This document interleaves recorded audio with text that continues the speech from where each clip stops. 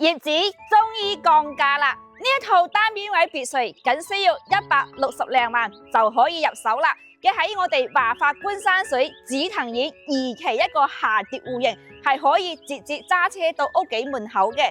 咁我哋負一層咧都係可以直接出到車庫，呢個咧係比較稀缺一個單位嚟嘅。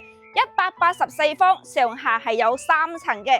首先入嚟咧就係前花園，大概咧就係20零個平方嘅。咁後期咧呢度可以種啲靚花靚草啦，而且呢一邊咧仲係一個東南嘅朝向喎。呢個廳咧接近4米一個大開間嚟嘅，比較方正嘅一個大客廳。入裏邊咧就有我哋嘅廚房，後期咧可以整翻個 L 類型嘅櫥櫃啦。側邊咧就係落我哋負一層窮上2樓嘅樓梯啦。呢個格局咧仲有一個好處，咁就係1樓係有房間嘅。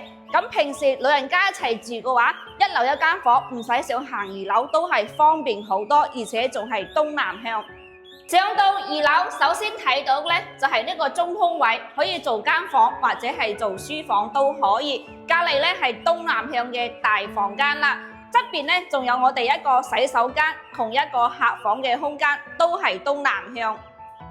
負一層空間接近80個平方，啱先講咧，我哋呢套負一層係可以出車庫嘅，後期裝修咧就要揼咗呢個門，咁就出到我哋車庫位啦。咁負一層層高都係比較高，接近4米零嘅層高，後期都可以做錯開式2層。呢一套咁靚嘅單位喺華發觀山水嚟講真係好少嘅。因為佢可以揸車到門口，負一層咧又可以出到車庫，咁架車咧都有車位可以停得到嘅。